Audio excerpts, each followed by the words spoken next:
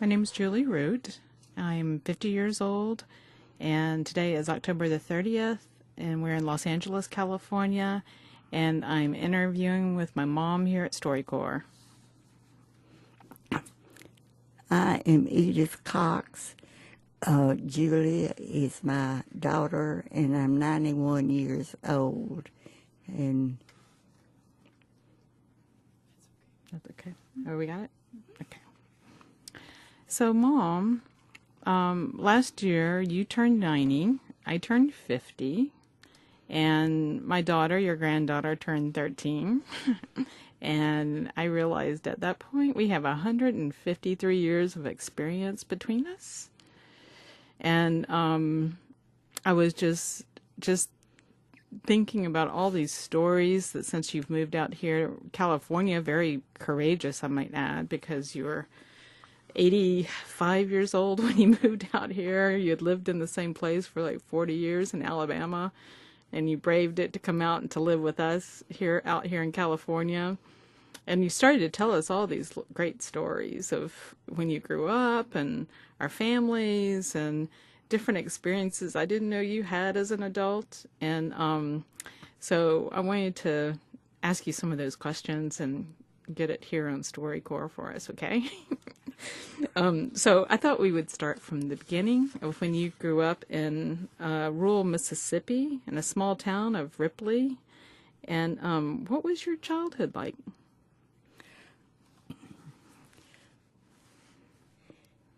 I would say that we had the freedom of a small town, and that the activities that we had were probably very limited, but the most important activity that I remembered is that we had a Monopoly. We played Monopoly, and fortunately our house had a big front porch, and we put out the cards and the board maybe early in the morning, and anybody in the neighborhood that wanted to come and play, that would be fine. And then we'd get tired of playing and we'd go and do something else, but we could leave the board there and pick up where we had left off. Mm-hmm. And a game might go for several days, and it might have different personalities at different times. Playing the different pieces. People, right. But that was one of the best things I think we had, and we had a small neighborhood of children that we got along very well together, I think. Mm-hmm. And now, isn't that interesting that 80 years later, your grandchildren still love to play Monopoly? I just thought about that. They still love to pull out the board games and play. So there's some things that don't really change, right? In terms of even if you're living 2,000 miles away in different places. Your grandmother had a farm where she grew cotton, and her husband had passed away. What did you think about her having such a strong grandmother? she is still an inspiration in my life, as I think about her and all of the hardships that they had. And of course, I was born during the Depression. Mm-hmm. Income was very limited. And I remember my grandmother telling the story that she had no money because the banks had been closed, and she did not even have enough money to buy flour to make bread. But a fella came through, and she happened to have some potatoes that she sold to him, and it was enough money to buy the flour to make the bread. Mm-hmm. And then she had, though, enough land where she was growing cotton, and she actually had some, I guess they would have been Tenants. tenants on the land.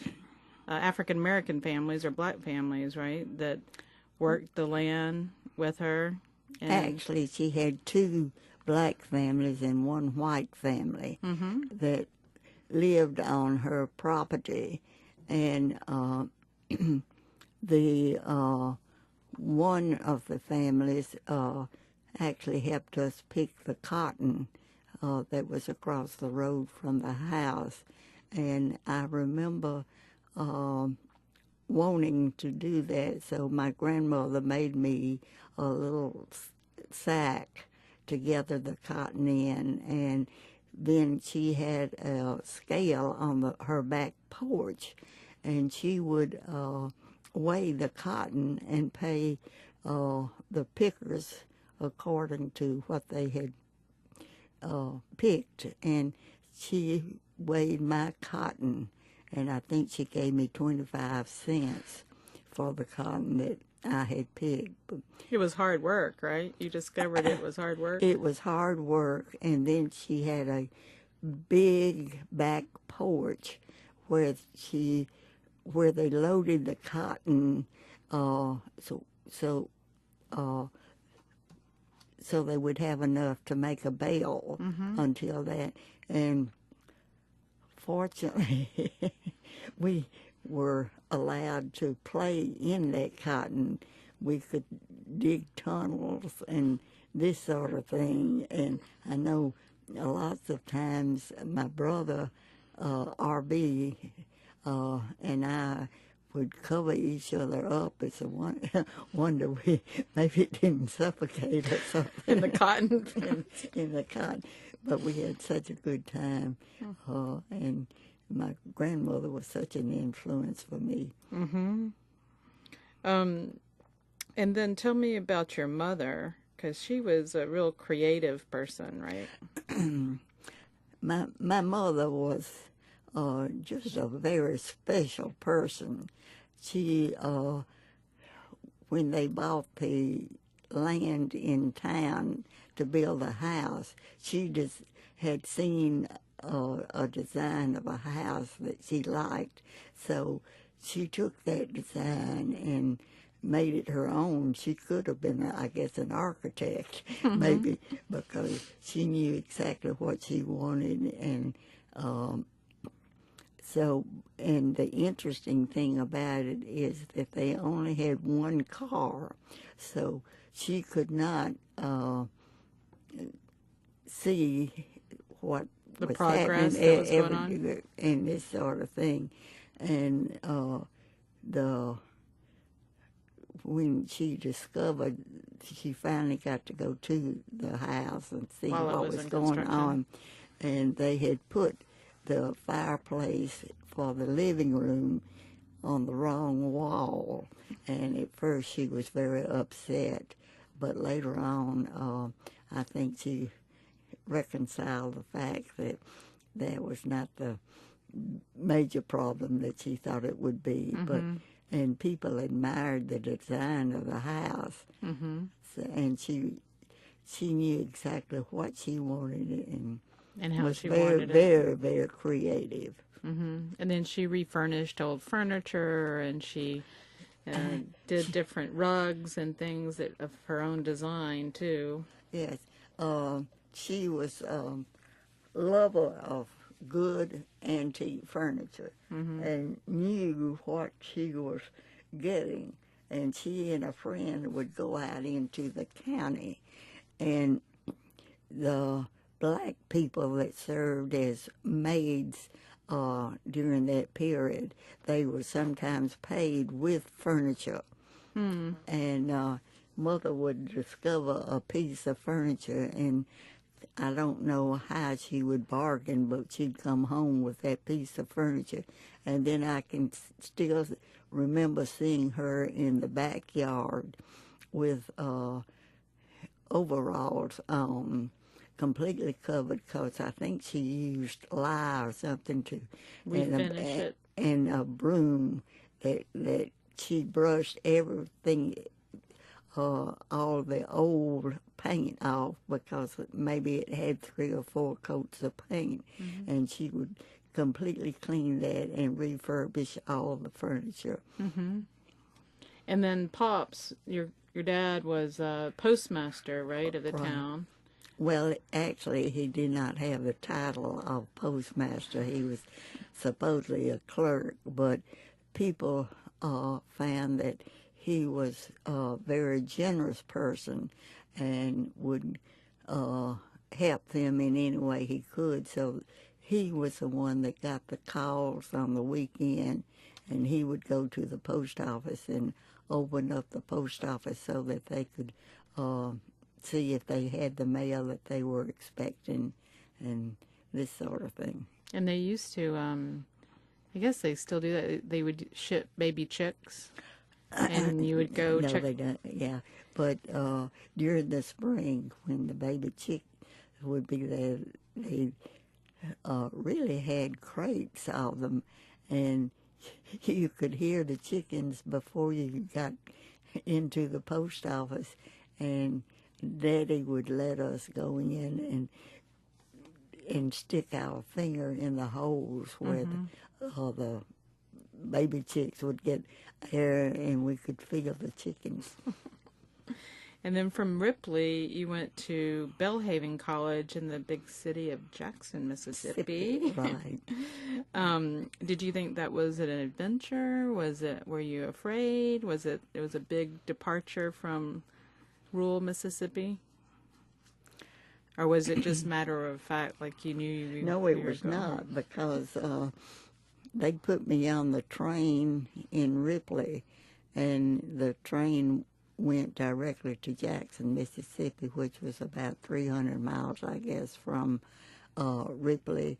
I remember getting on the train with I think, a plastic bag, because at that time we didn't have any money for any extras and this sort of thing. And then when I got to the campus, I knew I was going to stay on the campus until Christmas, because they just didn't have the money to let me come home for Thanksgiving or that sort of thing. Mm-hmm. And fortunately, I found a girl that I enjoyed very much. And after the first year, we roomed together for 3 years. And she was from Georgia, and her family was like my family. So we really had a good time during the holidays and so forth, because the staff at Belhaven was very generous with us and would let us do things during the holidays that maybe they would not allow during the regular school year. Mm-hmm. And then, but you were in an all-girls school at that time. I mean, it was all-girls college, and it was during the war. Right. What do you remember about that time in the South? It was segregated South, too, right? Right. And I guess they would have parties on the Belhaven campus, and I think there was maybe an army facility, there on not too far away, and they would have open house for some of the soldiers, and they would come in, and we'd have an evening of fun with the men, and. Mm-hmm. And then after you graduated, you taught school for a little bit, but that wasn't for you, huh? Well, the first year after I graduated, I did teach school for a year, but I very quickly decided that that was not my cup of tea, and I was not going to be burdened with grading papers and all this sort of thing. So I went home, and during the summer, I tried to decide what I wanted to really do. And I remember the superintendent of schools coming and asking me to return to the campus, but by that time I had another job, so fortunately I didn't have to teach school. And then you worked for a church for a little bit, and then you discovered that you could be, because you'd been in Girl Scouting when you grew up as Yes, that was youngster. the one organization that provided many opportunities for us. In fact, the husband of our leader was the attorney for the railroad, and they could get us special rates. So our leader had the foresight to take us on trips. We were allowed to go to Vicksburg and Natchez and the coast, which ordinarily, as families, we didn't have the wherewithal to do that sort of thing. So we had a very broadening experience. So as an adult, you discovered that you could actually work for the Girl Scouts of Right. America as your professional job. In fact, the minister in Greenville, Mississippi, for whom I worked, I was responsible to, were talking to me one day, and the church actually had kind of a mission church in a mill area, and I had helped organize a Girl Scout troop in that area for the girls. And he was just talking to me one day, and he said, you seem to like Girl Scouting and having a good time. He says, have you ever thought about becoming a professional? And at that time, I did not know that they even had professionals. So he helped me, and I went to Memphis and was interviewed, Memphis, Tennessee, and was interviewed. And within a couple of weeks, I had an offer to come or travel to Mobile, Alabama for an interview, and that was it. They hired you. Right. And then you worked for Girl Scouts for, it was a good 20 years or so, right? Right. And in that time, it was, you were right in the crux of for an integration in the South, and you had to come along and really work to integrate Girl Scout troops there in Mobile. Well, actually, the council for whom I worked, the group that I worked with, we only had troops in Mobile County, but then through the national office we were helped to organize, and when I retired, we were covering 7 counties, and it was just a wonderful opportunity to get out and do different things, and there was nothing stagnant or about the job, because I was always running into different opportunities to. And you you helped oversee the camps, especially the day camps. I did the day camp for years, and they sent me to Little Rock, Arkansas for special training there. And from Little Rock, Arkansas, I went to another training for a month for professional scouting. I don't think they do that anymore, but I really had some training in depth as far as working with people. And so then you had to help integrate Girl Scout camps, right? Where they used to have an African American camp and a white camp. Right. And tell me about that experience and the people that you met in that process, because you were telling me some African American leaders, black lady leaders, that you could see that they were all trying to do the right thing by the girls and bring these experiences to all girls, right, in the South. Well, we actually had a beautiful, well-educated teacher, a black teacher, that was really interested in Girl Scouting and this sort of thing. And I worked very closely with her, and she was one of the primary black women, I guess, that supported Girl Scouting as it was then, and then gradually as it was integrated. And then we had the responsibility of going out into the counties and telling the people there that we were integrating and that it would no longer be a black and white situation. Mm-hmm. And some of the reaction was a little bit hard to take because they could not see the future of such a program. Mm-hmm. And I remember particularly, like, we would go in some of the you would have these meetings in black neighborhoods, and Daddy wouldn't let you go by yourself, so he and I would go with you, and we would stay in the car while you would have your meeting, and it was usually like dusk. And there was one time when, because Daddy loved to listen to his baseball, we were in Pritchard, Alabama, and we were listening to the Braves, a black community, and we were listening to the Braves on the radio.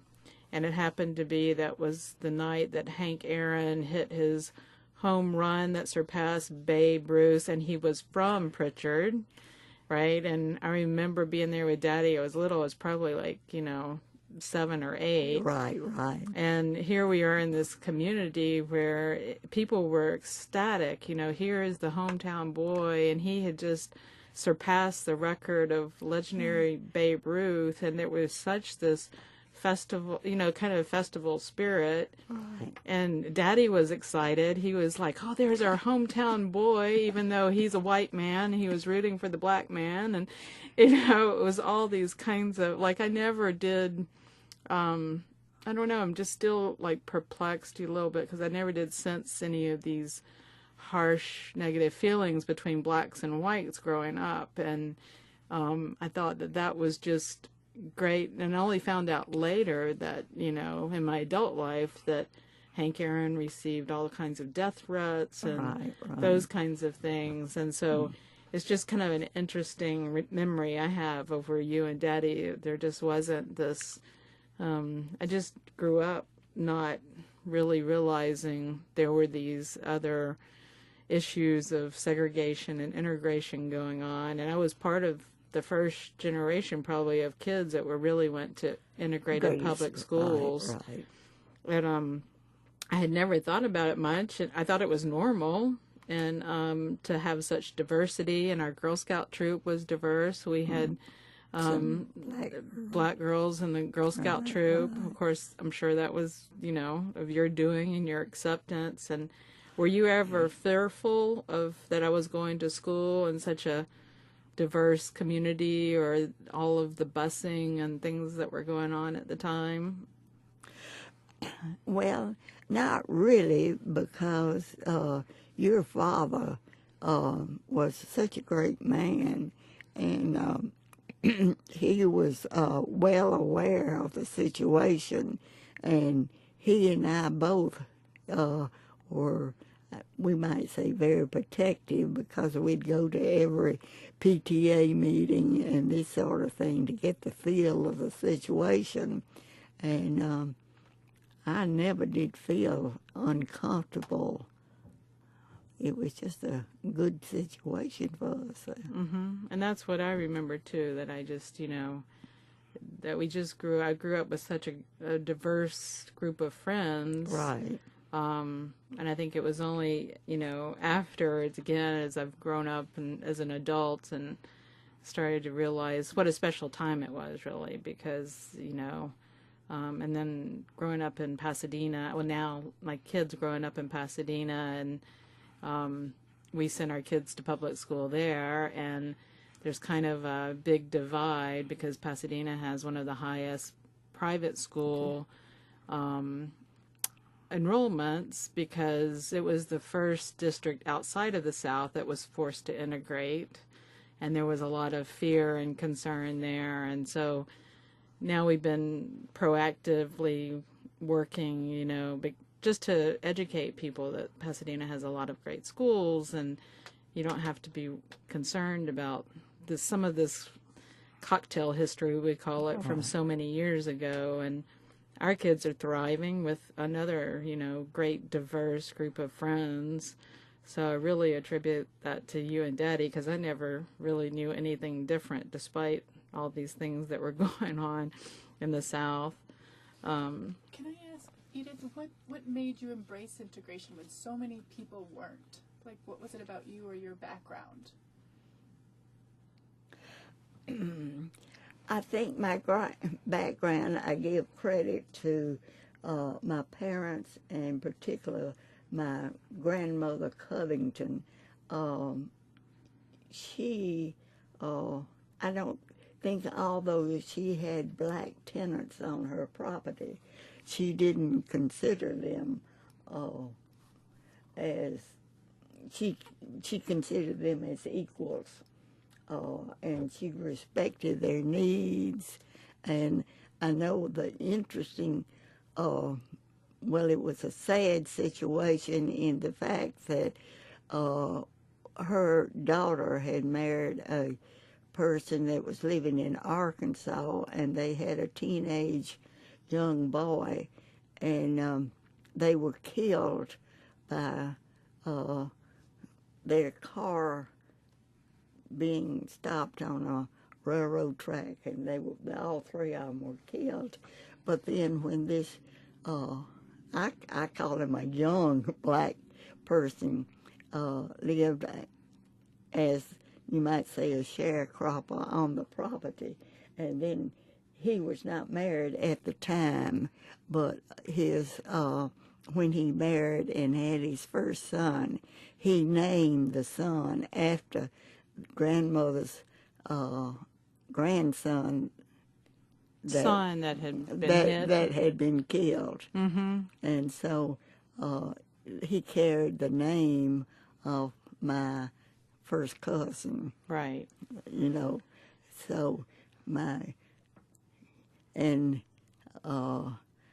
I know my father was a little bit resentful at times at the way that my grandmother treated Bill and his family, because she just considered him a part of the household. Mm-hmm. Bill was a black man. Mm-hmm.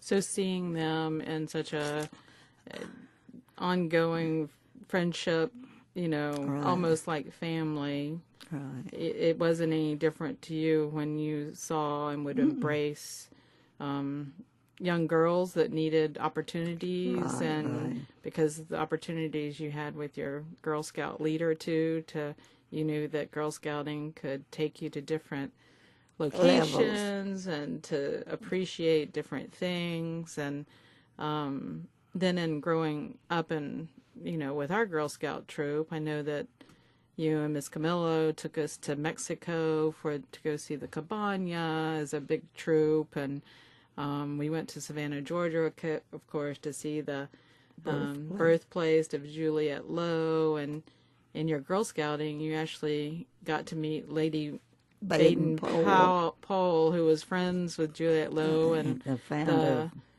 Her husband was the founder of Boy Scouts, and in England, yeah. So all kinds of influences from around the world, really, to what your experience had been. And then I know you and Daddy had always been encouraging to me to do, what I wanted to do. And I wanted to be an architect when I was very young. And I went off to Mississippi State and came back and graduated. And I told you and Daddy I was moving to California. And what was that like when your only child was going to move halfway across the... Well, I guess Frank and I felt the same way, that if the opportunity was there, go for it, Mm-hmm. And if this is what you felt like you really wanted to do, then the opportunity was there. Mm-hmm. And if you remember, one summer we had a staff member at the Girl Scout camp that was from England. Mm. And on her off hours, or when she would come and stay with us. And so when the year that you studied in England, Right. you remember I went to England to see you, London, and at the time I also visited with her family, Right. which was truly a great experience. Mm-hmm. So you didn't have any qualms. I know Daddy wasn't much of a traveler, No. but he always encouraged He wanted us. me He to do always sent us everything. off to doing Right. trips, and even made sure that you got your chance to go see the Holy Land and Right. Israel. And there's just no question in his mind, even though he was fine to sit at home and watch his football. Okay. Right? Right. He didn't mind his girls traveling around, right? So I would just appreciate how open-minded he was, and I know that his family worked for the railroad, and maybe he just knew from hearing that, because he was the first one in his family to go to college. Right. They were all lines people on the railroad in Mississippi, because he grew up in a small town too, not right. too far from you all. Right. So I think that was just really interesting how you both supported me at an early age of what I wanted to do was to become an architect, and I moved to California and got jobs as an architect, and I think it was just interesting that you let your only child just go about and supporting her that way and didn't feel like you were tied to having me close by. And you did have me when you were 40 in 1964, which was a little bit late on the scale. Right. And what did you think being an older parent helped you raising me? Did you ever contribute being older and having me? How that? No, I didn't think other people may have thought of.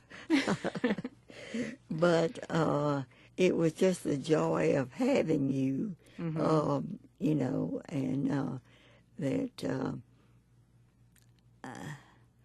I didn't have any particular. I know a couple of times you and Daddy were miscorrectly labeled as my grandparents versus my parents at the time, right? Just because I was so small and you were older, and probably right out of that generation, probably that had gotten married younger Right, and right. had children younger. So Right. it was, And it was still a situation where the mother stayed at home, did not go into the working field, and I was a little bit different because I was working full time, right. and so I guess Well, I think it gave me kind of a certain amount of confidence in a way, because I think you guys were probably older and set, Right. more experienced, had a little more wisdom about life, and I think that's what I felt like that came through to me, is that it was a settled kind of feeling, even though sometimes being an only child, I feel like I was shy, and I didn't have the camaraderie of brothers and sisters to beat up on me and kind of Right. teach me some of those life lessons, and you had me surrounded with adults, so I think I always picked up on sort of adult themed interest or that kind of thing. But now I see it's pretty interesting to see. I have 2 children, and it's nice to see their camaraderie of being siblings and having each other. right, And that kind of thing. And so I just think that's kind of an interesting perspective. And sometimes being alone as an only child, I think kind of allowed me to be comfortable moving so far away to places or going to, because I was pretty comfortable being by myself, right? So it didn't really faze me to move to California so far away and try new things and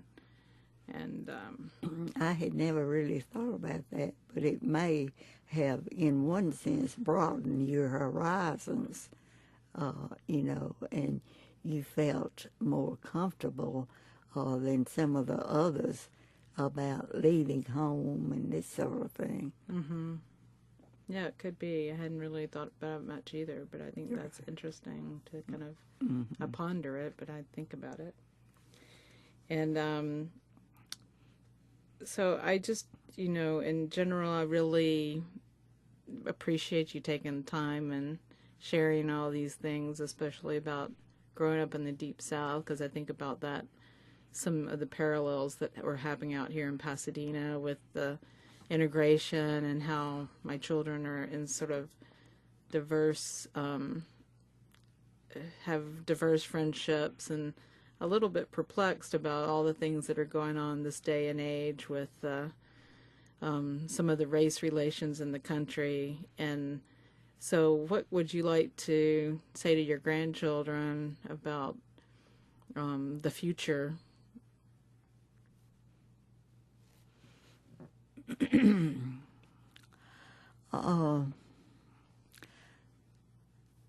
I would like to say that I am very, very proud of them, and both of them are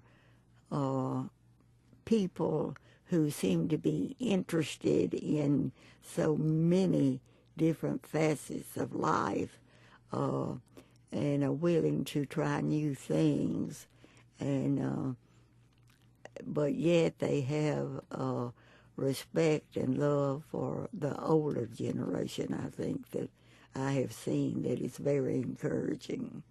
Yeah, and I thank you for that. I thank you again for moving out here so they could really learn how it is to have a grandparent close by, and being able to hear your stories firsthand. And I know it was courageous of you to move so far and to be so far away from a place that you had spent a long time, but thank you for that, and thank you for being here to have this conversation.